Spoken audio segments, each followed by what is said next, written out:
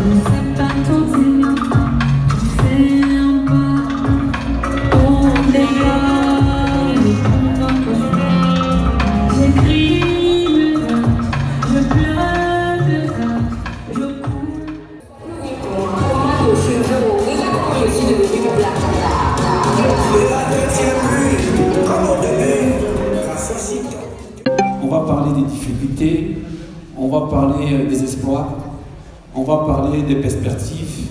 Le n'est pas de vendre le CD, mais déjà la notoriété peut être vendue sur plusieurs formes. La discussion sur la couverture, d'abord même, la pochette de l'album, c'était quelque chose de très compliqué. Parce que eux, ils estimaient que la chaussure qui parle, la couverture devait être une photo, une chaussure qui devait faire la couverture. Et c'est comme ça que moi j'ai dit, mais c'est moi qui ai chanté la chaussure qui parle. C'est pas la chaussure qui chante Abou Nidal. Donc, il faut d'abord mettre l'accent sur mon visage. Et après, si on me connaît, je peux cacher maintenant mon visage pour mettre la chaussure en avant. Parce que c'est moi qui fais parler la chaussure.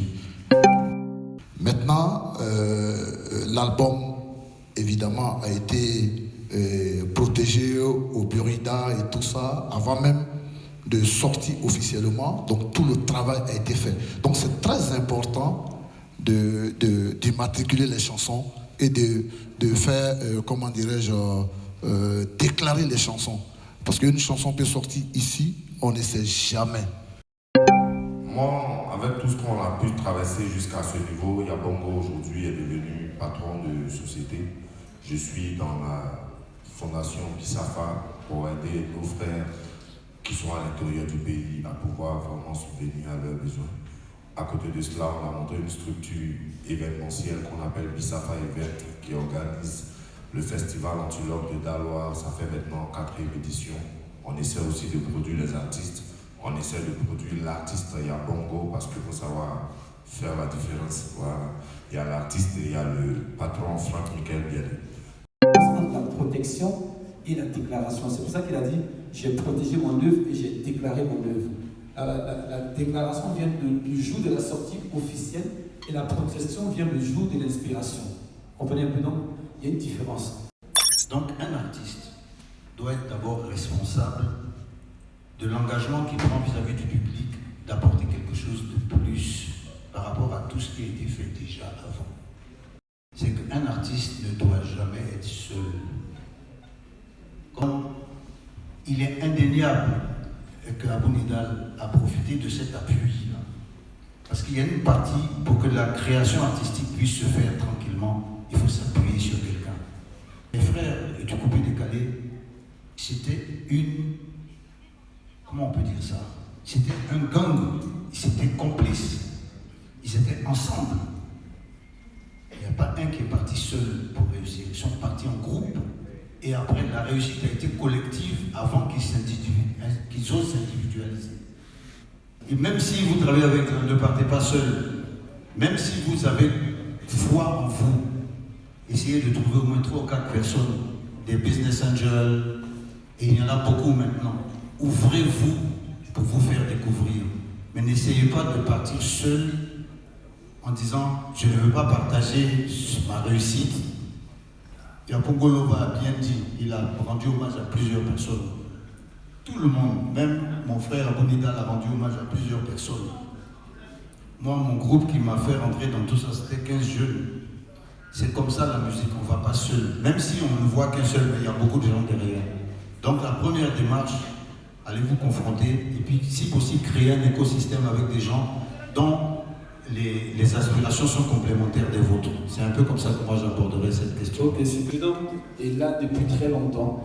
Et je pense que Dieu aujourd'hui est en train de manifester sa voix dans sa vie. Et ça aussi, c'est grâce à vous, c'est grâce à sa famille et toute l'équipe qui l'encourage, qui l'accompagne. Et en tout cas, merci encore infiniment. Merci sincèrement. Merci également et merci à vous, respectueusement.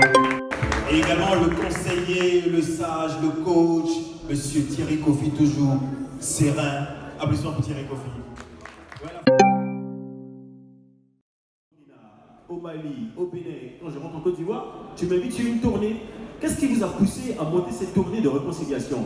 Et qu'est-ce qui s'est passé pendant cette tournée? Parce qu'il y avait la guerre. Et vous vous êtes dit, bon, qu'est-ce que la musique peut apporter? Comment tout ça a été monté? Alors, c'était d'abord une initiative de mon ami Mola et moi. Okay. Parce que dans le temps, Mola et moi, on était très proches. Non, c'est plus le cas. Alors, c'est plus le cas? Non, en ce moment, chacun va qu'à ses occupations. Okay. Et dans le temps, j'étais son manager, donc on était pratiquement ensemble tous les jours. Alors, on a dit, après la crise, les gens étaient crispés et les villes de l'intérieur du pays étaient un peu coupées du monde. Il fallait démontrer à ceux qui étaient à l'intérieur du pays, qui étaient un peu marginalisés parce qu'il y avait des voitures qui n'arrivaient pas à partir à l'intérieur du pays. On a regardé, on a dit, bon, il faut que les artistes qui sont des ambassadeurs arrivent à franchir ces barrières-là pour qu'ensemble, il y ait une communion. Et alors, on a décidé de mettre sur pied une tournée nationale de réconciliation au travers de la musique. Et ça a été un franc succès. On a fait le tour de toute la Côte d'Ivoire. Nous avons fait près de 28 villes. Oui, 28 villes en un mois.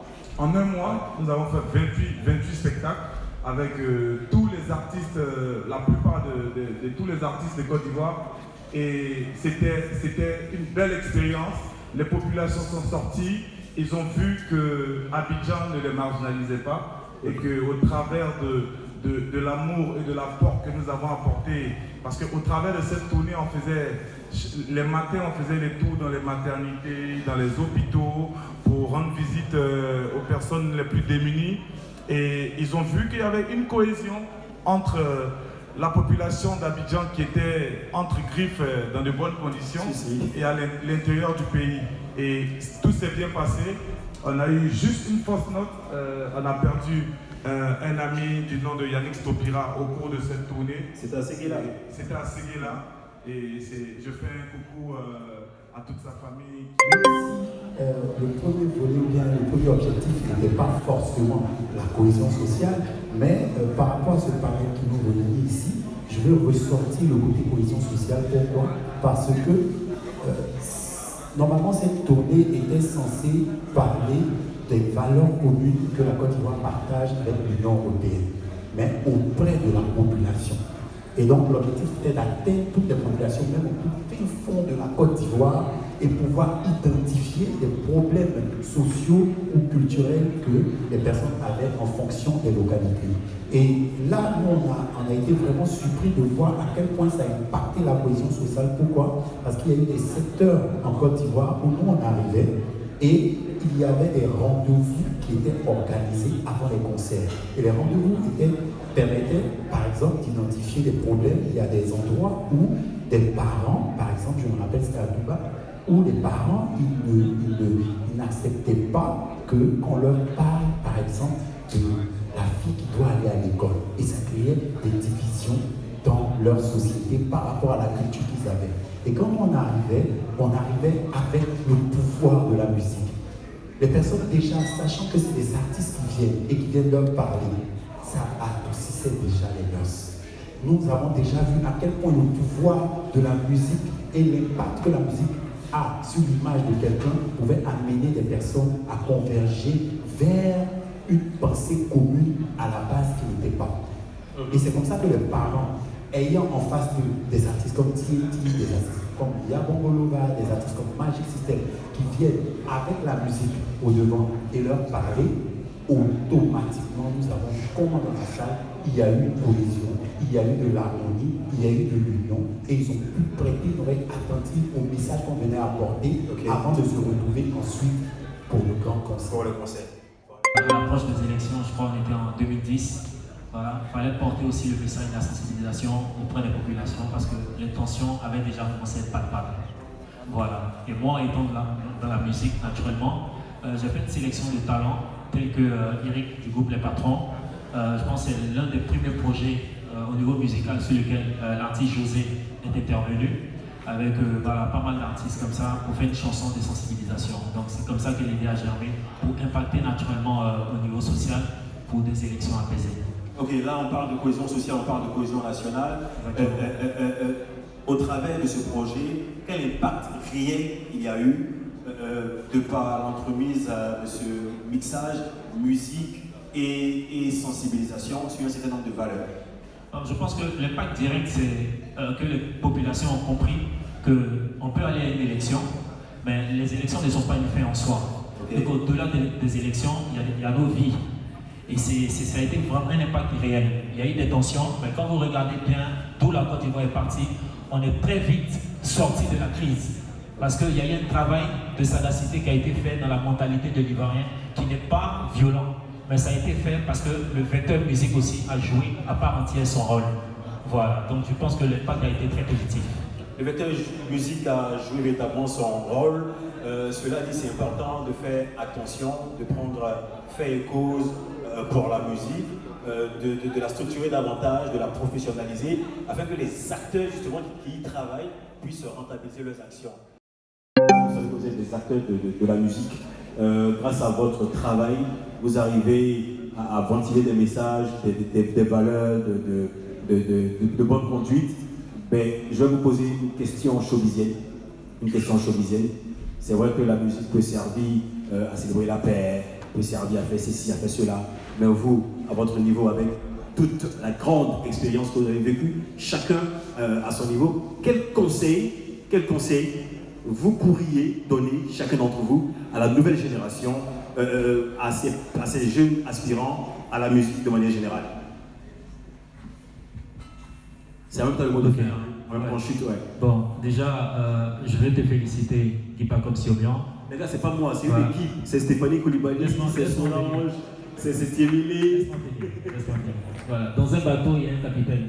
Et on sait qu'à bord d'un bateau, c'est toute une équipe. Donc, toi, à la tête, j'aimerais te féliciter.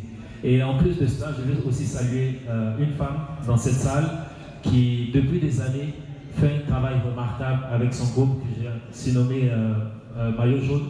Voilà, c'est une femme résiliente, voilà, qui se bat beaucoup pour l'industrie musicale, au-delà de son groupe, les leaders, avec le festival qu'elle fait. Je vois combien de fois elle essaie de rassembler tous ses agents, tous ses managers pour bénéficier des formations. Et ça, c'est très bien.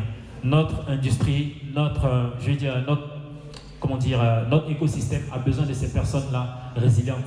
Parce que le métier qu'on fait, que ce soit des producteurs, des managers ou des promoteurs des spectacles, ça a l'air de ne pas être du travail, mais c'est du travail. C'est beaucoup de temps de réflexion et moi j'ai un profond respect pour ces personnes-là qui depuis ces années se battent pour faire avancer les choses. Je vais également saluer mon frère Yannick Kaka, qui n'est plus à présenter, qui depuis 2000 qu'il a piloté, il a au-delà de la fabrication des artistes, il a fabriqué des hommes, il a fabriqué des femmes. Et moi c'est ça que je salue. Je vais saluer aussi le professionnalisme du groupe TNT, parce que la fidélité, la loyauté dans un groupe est denrée rare en Afrique. Et quand vous voyez des jeunes groupes qui, malgré la tempête, restent ensemble, il faut saluer. Frangin, je suis très fier de ce que vous faites et bravo. Voilà, donc maintenant pour répondre à ce que tu disais, Guipa, comme le conseil qu'on peut donner à la jeune génération, c'est le conseil que nous on a reçu. Moi par exemple, je suis le premier plus produit de feu Jean-Marc Guirandou. Tout à l'heure j'ai entendu les hommages de Abou Nidal, la main sur le cœur, je lui dis merci. Parce que la reconnaissance, elle n'a pas de prix. Voilà, donc ces conseils-là que je peux donner à la jeune génération, c'est d'abord de travailler. C'est de travailler. Comme Abou Nidal le disait, la musique est bizarre, mais ce n'est pas un hasard. C'est à force de travail. Et c'est vraiment tout un symbole pour moi de me retrouver au Palais de la Culture, en train d'animer un panel. Parce que c'est ici aussi que tout a commencé. Mes premiers pas, c'était sur le premier concert du rappeur français Booba. C'était quasiment le 14 juin 2007. J'étais insignifiant, mais Jean-Marc m'a responsabilisé et ça a été un franc succès. Et c'est comme ça que le showbiz est parti pour moi. Mais je ne me suis pas arrêté à là. Après, on a sorti des artistes comme Rajman, comme Billy Billy, qui a été un franc succès national et au-delà même de nos frontières. Et après, je suis intervenu sur le premier album du groupe Hypnobit. Après, on a sorti Gizo, qui lui, aujourd'hui, il est installé en France. Il a sa petite vie là-bas. Donc c'est ça, c'est d'aider à la fabrication d'hommes et de femmes qui, au-delà de leur métier, peuvent impacter socialement. Voilà, donc c'est des conseils de travail, des conseils de résilience, des conseils de respect du staff, des conseils de respect de ses engagements. C'est très très important pour la nouvelle génération. Merci. C'est vrai que la musique vient de Dieu. Quelque chose tu es comme ça dans ta maison et puis quelque chose rentre dans ton esprit et tu matérialises cela. Il faut savoir que c'est divin. Déjà, ce que je peux dire à la nouvelle génération, soyez responsable du talent que Dieu vous a donné. Ça, c'est très important. Chérissez cela et capitalisez cela. Soyez disciplinés, ayez la tête sur les épaules. Et sachez que la musique est une puissance. Pourquoi? Parce que quelque chose qui peut réunir plusieurs personnes et on ne se rend pas compte que celui-là est pété, celui-là est baoulé, celui-là est Djoula, celui-là est fou, on ne peut rien savoir. Vous voyez plusieurs personnes réunies pour regarder le concert. Je prends un exemple de TNT. Et vous allez voir que tout le monde est en train de vibrer, les énergies se synchronisent à ce moment précis. Tu ne peux pas diviser ce peuple qui est en train de célébrer cet artiste. Pasteur. Donc il faut véritablement prendre conscience de ce que la musique peut avoir comme impact. Et toi qui décides maintenant de te lancer dans une carrière musicale, pourquoi je parle de responsabilité? Sache que aujourd'hui tu commences. Tu ne peux pas savoir, nous comme ça en 2013, 2012. Vous étiez très frêle. Oh, très bien. Lorsqu'on passait dans l'école et qu'on organisait des kermesses, nous on annonçait les Arafat, on annonçait Kedjevara dans les kermesses à Namanko. On s'est vu dans des showcases où Kedjevara m'a dit, mais toi, c'est pas vous qui organisez les kermesses aux deux plateaux, c'est pas vous qui faisiez les trucs à la farandole et tout ça. Et vous voyez que quelques années après, vous voyez l'impact que TNT a eu sur une population, sur un peuple. Si on n'est pas responsable, on ne saura pas que nous, par l'impact que la musique nous donne, nous, on peut rassembler des gens. Donc, la loi dit, chaque fois qu'on fait des copies dans un cadre privé, il n'est pas nécessaire de demander l'autorisation de l'auteur, de l'interprète ou du producteur. C'est ce qu'on appelle l'exception de copie privée. Chacun de nos téléphones ici, il y a, je peux mettre même ma main et mon pied à couper, dans tous nos téléphones ici, il y a de la musique, il y a des films, il y a même des œuvres littéraires.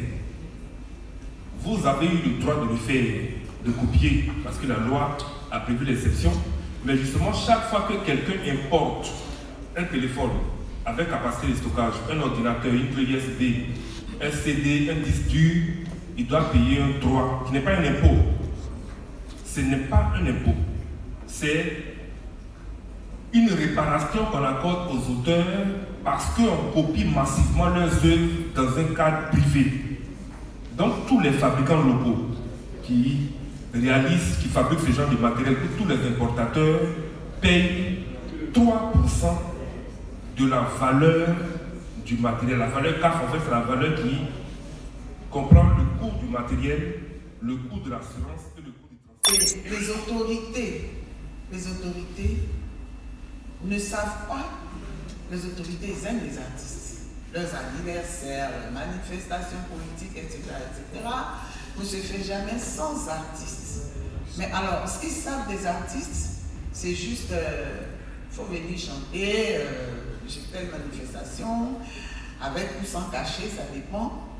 Mais pour le reste, pour ce qui est du droit, des droits des créateurs, ils en savent que dalle. Ils en savent que dalle et c'est dommage. C'est dommage parce que s'ils le savaient, s'ils voulaient bien le savoir, s'ils voulaient bien prendre à cœur la situation des créateurs, les artistes ivoiriens auraient été parmi les plus nantis, les plus riches, parce que la redevance pour la copie privée, c'est des milliards et des milliards.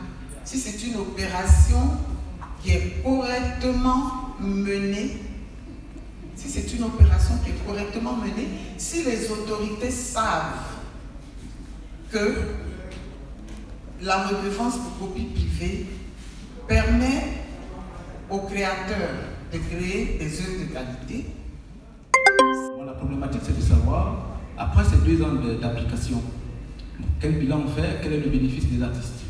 Mais avant ça, pour moi, je veux faire en fait les points positifs en fait de cette action et de cette initiative qui sont quand même marquants.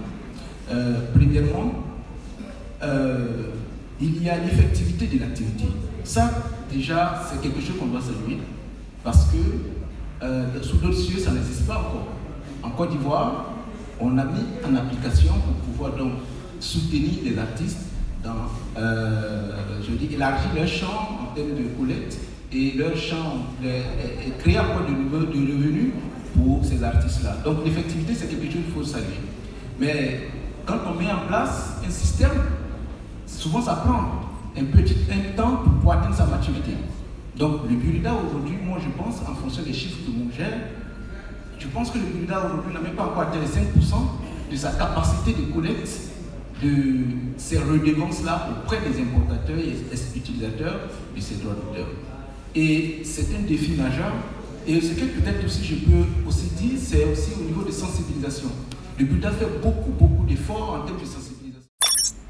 Comme l'a souligné le DGA, ce n'est pas des redevances qu'on va percevoir à la banque ou dans une boutique, ou c'est des redevances que la douane récupère, des institutions récupèrent, et le Burida fait des efforts pour essayer de les récupérer. Malheureusement, il y a ce qu'on ne dit pas, c'est que nous sommes heurtés à beaucoup de difficultés, notamment le Burida, pour récupérer ces droits. Et vous allez comprendre qu'au jour d'aujourd'hui, par exemple, pour la carte CENU, vous ne pouvez faire aucun document sans la carte CENU. Parce que la pression est tellement forte qu'au jour d'aujourd'hui, pratiquement tout le monde se met à la carte CENU. Mais j'ai l'impression que pour les artistes, c'est le dernier souci. On a l'impression que la culture, c'est la dernière roue de la carrosse ici en Côte d'Ivoire. Et donc, tout de suite, on rejette toutes les fautes sur le Burida. Tout de suite, on trouve que le Burida ne fait pas correctement son travail. On trouve que les artistes n'ont pas de retombées. Mais que voulez-vous qu'on fasse? Je pense, et j'attire l'attention de nos politiques, c'est là qu'ils doivent entrer en ligne de compte pour permettre au Burida de faire ce qu'il a à faire. Je pense déjà que le Burida est là pour les artistes. C'est le bureau ivoirien des droits d'auteur. Ils n'ont pas d'autre vocation que de défendre les artistes. Donc, le Burida ne peut pas être coupable de ce manque de prélèvement ou de collecte des redevances pour mieux faire vivre les artistes. Pour l'instant, pour revenir au sujet, il n'y a pas de retombées palpables sur les artistes ivoiriens pour l'instant. Les causes, il y en a 1000, les explications, il y en a 2000, mais les artistes n'en bénéficient pas comme ils se devraient.